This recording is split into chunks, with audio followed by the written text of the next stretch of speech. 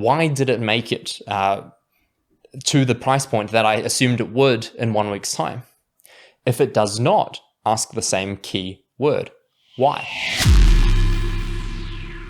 Kia ora whānau. So welcome back to That NFT podcast. My name is Kieran Headley. I am your host as always, and we're here to talk about how you can learn how to make money on NFTs without losing any money initially, right? Because we all want to be able to invest our money and get a great return, right? I mean, that's obvious, that's clear. But how do we learn about going about that without needing to go through the hardships of so many losses?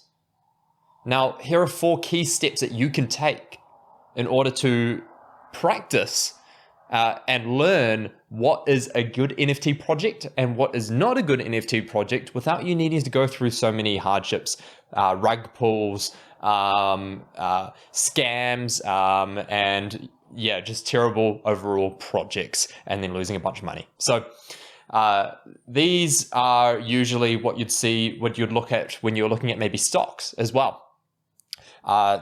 Or just in general, if you're wanting to invest in someone else's business, because essentially that's what you're doing with this, is you are actually investing in someone else's business. It's a project. NFTs have people behind them that build them, right?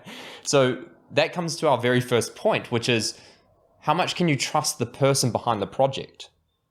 This is so key, right? So now if you go and start watching the growth or the fall of a particular project and you know of the person behind it. For example, look at Impact Theory with Tom Ballou, right? So Tom Ballou being behind Impact Theory's projects. So they've got the founder's key. They've also got Merry Modz that is coming out shortly that I will be investing in, by the way, because I get a free mint, right? So mint meaning, of course, buying it from its source rather than buying it from the marketplace, aka OpenSea.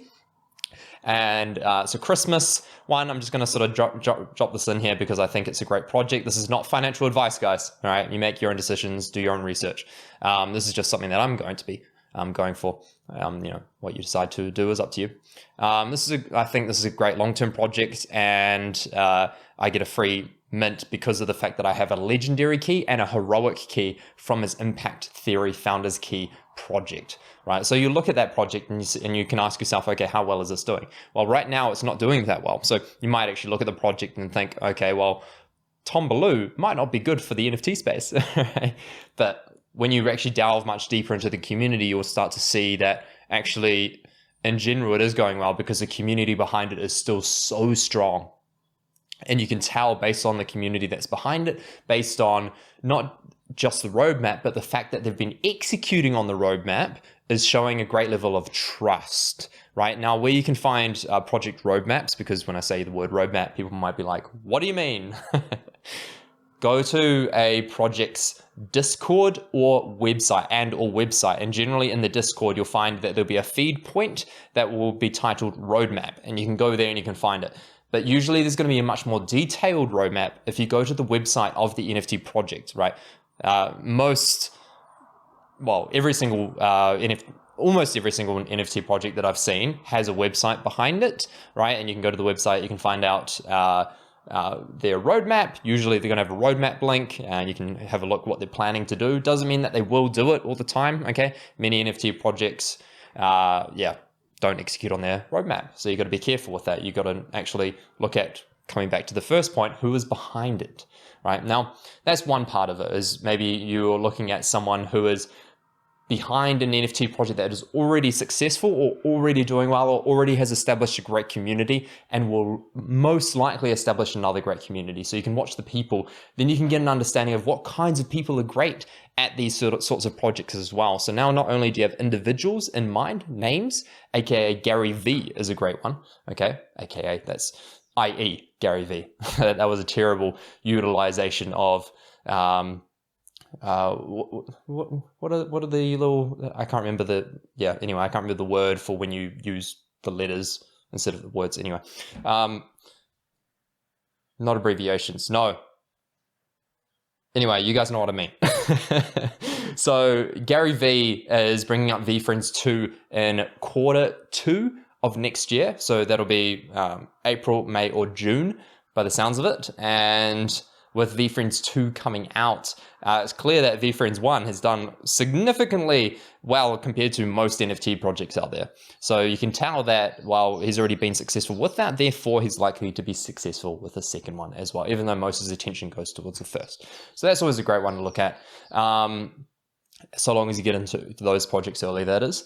And then, of course, the types of people, right? So the types of people I usually look at for NFT projects are people that are serial entrepreneurs, right? So Tom Ballou, right, of Quest Nutrition, of Impact Theory, and of various other fantastic businesses that he's involved in. You look at Gary Vaynerchuk of VaynerMedia, VaynerX, right, Vayner Sports, and of course of VeeFriends, right? He's done significantly well, as well as so many other ventures that he's put his fingers and toes into. And then you'll also look at, say, this is why I like Gambling Apes. They've got a whole team of serial entrepreneurs that are involved in it. That's why I looked at Gambling Apes initially and thought, man, these guys not only have a vision, a great vision, but also as well the ability to execute on their vision, because how they've executed on other projects, not in the NFT space, but other projects or other businesses, have been amazing. That's outstanding, right? They've followed through with the things that they've said on the other businesses. So therefore, they're probably likely to follow through with the things with the NFT space as well that they've announced. So hence my enjoyment or my love of Gambling Apes. So that's why I reinvested just the other day, actually, because I did sell my Gambling Ape a few weeks ago for a good profit, and then floor price came back down again because NFTs are going through a bit of a bear market, which is a great time to buy, by the way. Great time to invest is during this bear market at the moment. I don't know when it will go back to a bull market. I'm sure it will start to shift. Bull market, of course, for those that haven't been in stocks or crypto, just means that the market is growing, and increasing, whereas the bear market is when the market is crashing, decreasing, or becoming less in some shape or form. Now, people behind it, that's the first point. Now, the second thing that is great to look at is trends. Okay, so study the trends. So you've got study the people. The second point is study the trends.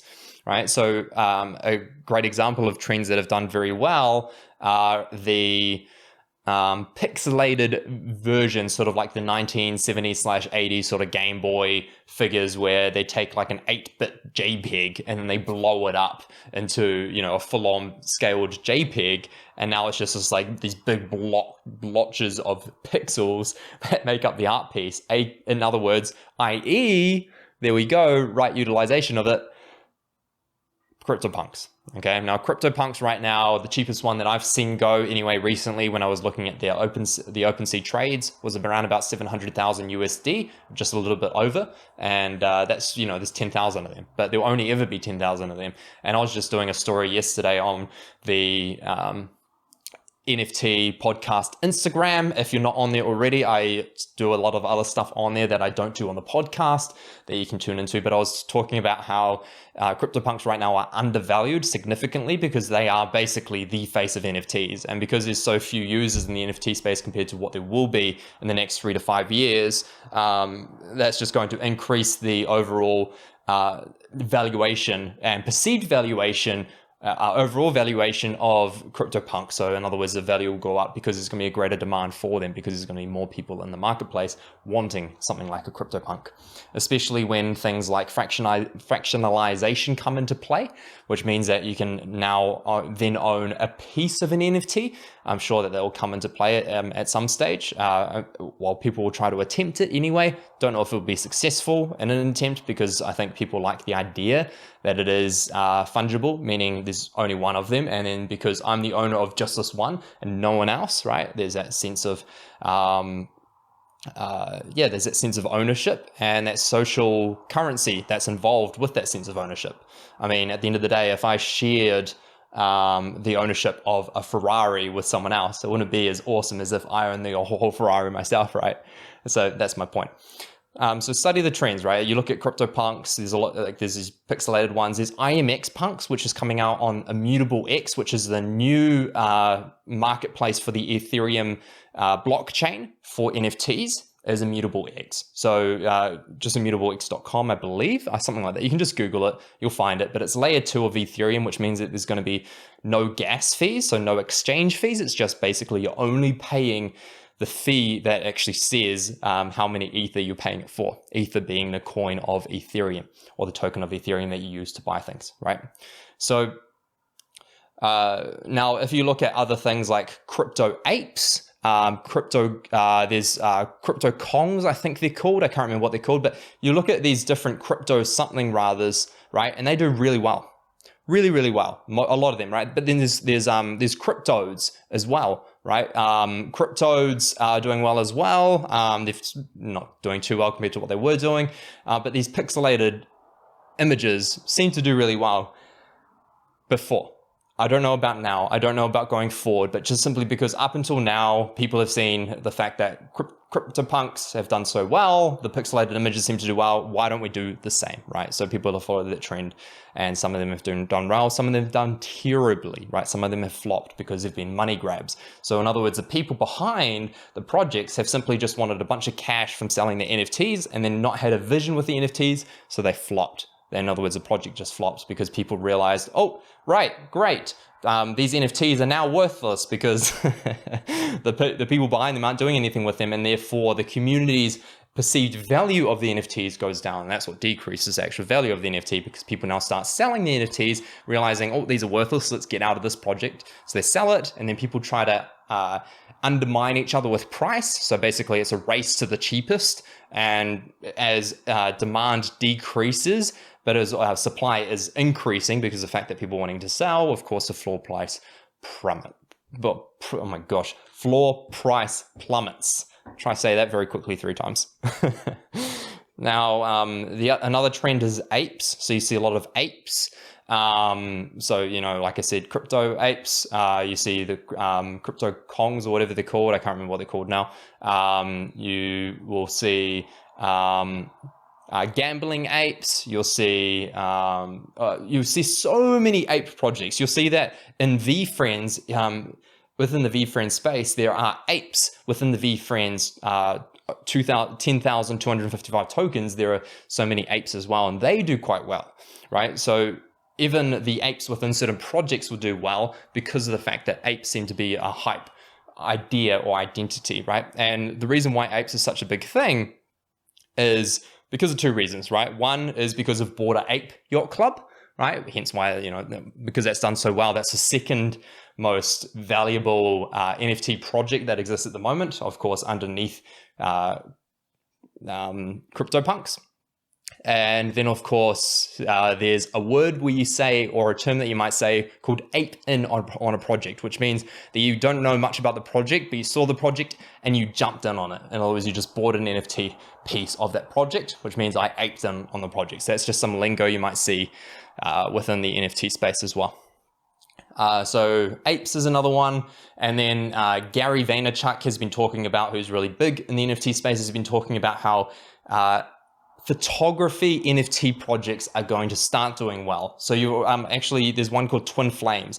And if I go right now onto OpenSea and I search up Twin Flames, okay, so you can get OpenSea, the app, which is great. You can't purchase directly on OpenSea application yet on your phone. You can only do it on the website, but you can actually still, now you can use the MetaMask app, right? So if you've got your MetaMask app, which is your wallet on your phone, you can actually start purchasing NFTs now on your phone and in that wallet, by the way. I didn't actually know this until recently, but I'm sure that there'll come a time not too long when you can do it all on your phone very easily. So if I go Twin Flames on OpenSea, there's Justin Aversano, Twin Flames Cyanotype Collection, right? That released in mid-2018. Wow, that's 3 years old, right? More than 3 years old. Now, the lowest floor price, but there's only 10 items of this. The lowest floor price is 1,000 Ethereum. Bear in mind, 1 Ethereum is equivalent to something like 6,800 New Zealand dollars, over 4,000 US dollars, right? That is insane. So in other words, the cheapest project here is 4 million USD. In other words, almost 7 million New Zealand. That's the cheapest project, by the way, guys. Cheapest, right? There's one here that's listed at 5,528 Ethereum. That is insanity. That is equivalent to what? That's over 20 million US dollars, right? That's insane. So that's one of his projects. His second project is Twin Flames collection of 100. So now there's 100 of these. Now the floor price is 190 Ether, which is still insanity. So these are just photos, right? These are literally just still photos that someone got with their camera. It's not like smartly designed digital art, but of course, photography is worth a lot.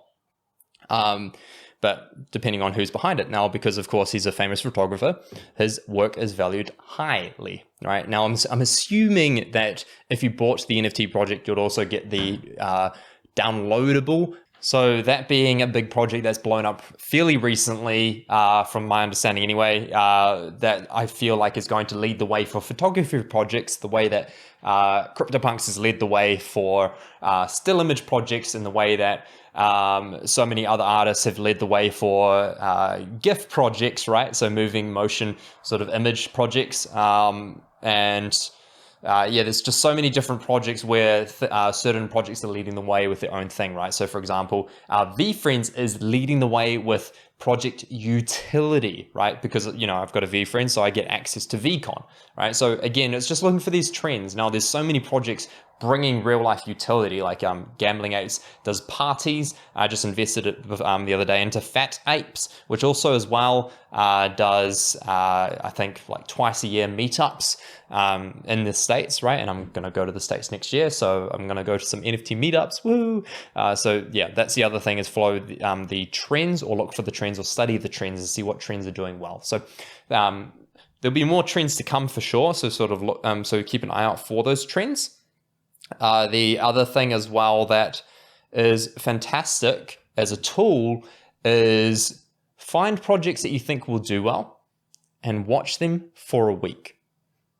Watch them for a week. Just watch them, right? So if you go to Rarity Tools, I believe it's like rarity.tools, I think it is the website, or you can just type in Rarity Tools NFTs on Google and you'll find it. But if you go to Rarity Tools, some projects will pay Rarity Tools to have their project put up there. And that's a tool that people will go to see up and coming projects. So in the next sort of few days, up and coming. And you can go there, find a project, and commit to watching that project and see what happens. So you find like maybe 3 to 5 to maybe even 10 projects, write down what their price is going to be when they release them. And instead, of course, because this podcast episode is about not actually spending money, but learning from the projects without spending any money, instead, write down the price they're going for, write down the project, write down why you think it's going to do well, and write down as well what your prediction is in 1 week's time in terms of floor price, okay? If this is a long-term study period that you're in, so say you really want to start to invest, but you're happy to wait for another month or so before you invest, then do 1 week and 1 month from now in terms of the prediction, all right? And just literally come back to these projects in a week's time on OpenSea or on whatever platform they're on and see what floor price they are at, right? And that way you'll be able to see how close you were to your prediction. Then you can go into the project and look at in terms of if you did execute on the prediction correctly within 1 week's time. All right, ask yourself why. Why did it make it to the price point that I assumed it would in 1 week's time? If it does not, ask the same key word. Why? Why did it not make it to what I predicted in terms of a floor price? And if you look at that, you'll be able to start to see little patterns that will start to come through, and you'll really start to utilizing this beautiful brain recognition tool that we have as human beings. Pattern recognition tool that we have as human beings, we can recognize these patterns and intuitively start to get a sense of which projects would do well, which projects won't. And eventually you just get to a point where you're just so sharp and onto it, where you're pretty much onto it most of the time with the guess on whether a project will do well or not. And when you get to that point, it's pretty worthwhile putting your funds into that space and putting your money where your mouth is.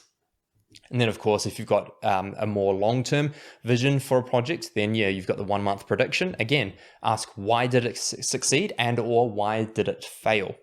Then you can get an understanding and start to see the patterns that come through from the 3 to 5 to 10 projects that you practice a prediction on. So this is a great tool, great way to learn and understand NFTs without actually needing to put any money into it, right? So I actually still do this with some NFTs, even though I invest my money into NFTs, right? Now, of course, I'm naturally going to be psychologically more committed and emotionally more committed when I own a piece of the project. So you might want to start with maybe 2 or 3 cheap projects, that are minting at, a price below 0.1 Ether.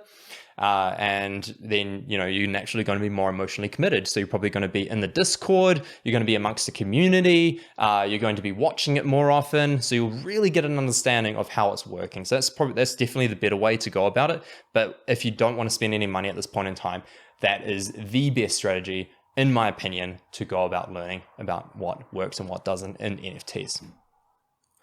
And the fourth and final tool is a very cool tool. I only found it about maybe a month and a half, 2 months ago. It's called Icy Tools. Okay, so icy.tools is the website. Icy as in ICY.tools, TOOLS, right? And if you go to this website, I'll actually get it up now on my phone so I can walk you through it as I'm looking at it. But essentially what it will do is it'll say trending collections, right? It's better done on your laptop or on your computer over your phone, because your phone, you can't see everything at once. But if you go to trending collections right now, if I refresh the page, I'll see what's at the top, right? Okay, cool. Divine Anarchy, okay, or Anarchy, or however you say the word, is the top one in the last 1 hour. So I'm on the 1 hour point. If I go to 2 hours, the last 2 hours, the trending collection is still Divine Anarchy. The last 12 hours, the Divine Anarchy goes to number 3, Angry Apes, which is one that I was looking at, but I decided not to get into it. I didn't think it was going to be a great long-term project, probably a good flip. That's just my opinion. It might do well. Don't think it will, personally. Is the top in the last 12 hours of trending collections. All right, last 1 day, so last 24 hours, Angry Apes is up there as well. Divine Anarchy is number 3 still. Last 3 days, over the last 3 days, Angry Apes is number 1 again, and Divine Anarchy is number 2. Right now, what is rating it off is it's rating it off right now, I believe, how much growth has occurred. I'm not sure exactly which one it's looking at, whether it's looking at floor sales, average. I'm assuming it's looking at overall. No, not overall volume. It's probably looking, I'd say it's looking at growth. So overall, no, not necessarily. Yeah. I'm actually not sure what it's looking at exactly. It's looking at quite a few different metrics. I'm assuming what it does in Icy Tools is it gets an average or average count of all the metrics that have shifted and grown, and takes an average count of that and decides, okay, which is the top based on the averages that we've accumulated. That's what I'm assuming based on this. So if I look at the last 3 days in terms of trending collections, Angry Apes is number 1. Its floor price right now is floor sales is 0.105. In terms of how much it's gone up in the last 3 days.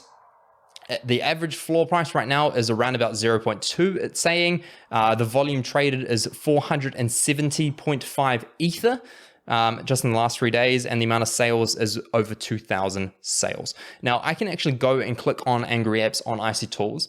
It'll take me now to another page, and it'll say I can go to its official website, I can go to its OpenSea, I can go to its Discord, I can go check it out on Etherscan, that's the topic for another day, and I can go onto its Twitter. Right now, you can pay as little as $62 per month to see charts of any collections. I believe I don't know if it's still the case, but you used to be able to pay 0.03 Ether if you connect your wallet. I think you might be able to still do that. But if you connect your wallet, you pay that, and that's a membership in order to, I think it might be even lifetime membership to access Icy Tools.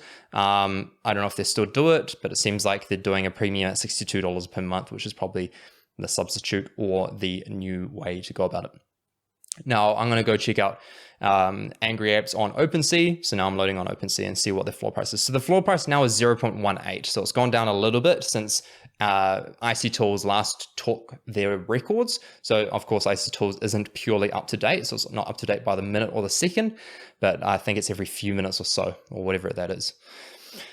So that's a great way to check it. I like to look, if I'm looking at a trending collection, look at the last 1 hour because it's more recent. If you end up paying for a membership, you'll be able to look at the last 15 minutes and last 30 minutes.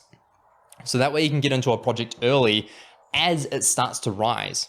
Now, I've caught on to a couple of projects that I've made a little bit of profit on with IC Tools, but I've also caught on to projects where I've lost money on because I've seen something that's been growing in the last hour. I've been like, oh my God, right? They've grown 1,000% in terms of sales compared to where they were an hour before that in the last hour. That is insane. This is clearly a project that's on the start of a bull run. I'm going to jump in. And I jumped in, and then it was already on the end of the bull run. So people are now starting to sell because they're already making some profits from it. So they're selling. And by the time they're out, I've just gotten in and then I've lost money, right? Because now all of a sudden I brought high and now I've had to sell low, which is not ideal, right? So that's where it can be dangerous. So you want to be very careful around this. So instead, just use it as a research tool to start with. And then eventually in time, you might use it more as a practical tool, especially if you buy the membership and get the 15 and 30 minute trending collection pointers. All right, okay. Now you can also see as well how much gas is. Right now, gas is 176 GWI, which is a measurement of it. So GWEI is a measurement of how much gas is worth, and otherwise the exchange fee on the Ethereum blockchain in order to buy and sell and trade tokens at the moment. So that's really it, really, guys. I mean, if I personally looked at metrics, I'd probably look at, okay, how many sales has this had percentage-wise? That's probably the key parameter that I'd be looking at. And I might look at, okay, how much has the floor risen, right? So I'll look at maybe those two metrics as the main metrics personally, rather than overall volume. So I'll look at what volume is basically sales times the floor price, really, ish. Sort of, not quite, but close to it. So I'd be looking at that, how much percentage has it gone up, not how many numbers, because that way we can see the ratio, we can see how much it's growing, and we can see whether or not it's going to be practical to jump on a project like that. That's more so for the cheaper projects, but as you get more expensive with the projects and you're looking at maybe 1, 2, or 3 Ether or more, if you're in that bandwidth in terms of the amount that you're able to invest, then I'd look at the numbers, not the percentage. So the reason being is because if you went in on a project that say was 0.2 Ether and you sold it for 0.4 Ether, right, you're taking into account also the gas fees, all right, which can literally be up to 0.1 Ether, if not up to 0.2 Ether. You're also taking in the fees that you're paying to OpenSea. You're taking in the royalties that go to the project itself. So in other words, even if you bought something at 0.2, sold it at 0.4, it's very probable that you could have even lost money even though you thought you made a profit. So these are things that you want to look at and be very careful with, because I've made these mistakes many times myself where I've thought I've made money, but I've actually lost it. So these are the 4 things that you can look at in order to learn more about NFTs and what's good and what isn't without needing to lose any money along the way. Right, and those 4, just to summarize, all right, look at the people behind the projects, look at the trends of all the different projects that are going on. So study the people, study the trends, find 3 to 5 to 10 projects that you can just focus on and watch and observe and learn about and see how good you are at getting your predictions right. And then the 4th and final one is using icy.tools as a tool. Funny that. So that's it, guys. I hope you guys enjoyed it. And I just wanted to drop it in there that if any of you are interested in help around your investing, okay, and this isn't, by the way, financial advice, guys, I need to put that in there. But if you want any assistance or any aid, then my business partner and I have initiated an amazing investment company where we can help you guys to make more advised and more crystal clear decisions in terms of where to put your money in NFTs. So we do only work with aligned people, and also we only work with people who are willing to put a minimum of 15,000 New Zealand dollars into the projects, so that we can really make sure that we're putting the investment into the right places. So with that being said, if you found this very valuable, then please go ahead and give it a good old share, tell a friend, subscribe, and give it a good old 6-star rating, which isn't possible, so give it a 5. Anyway, I love you guys.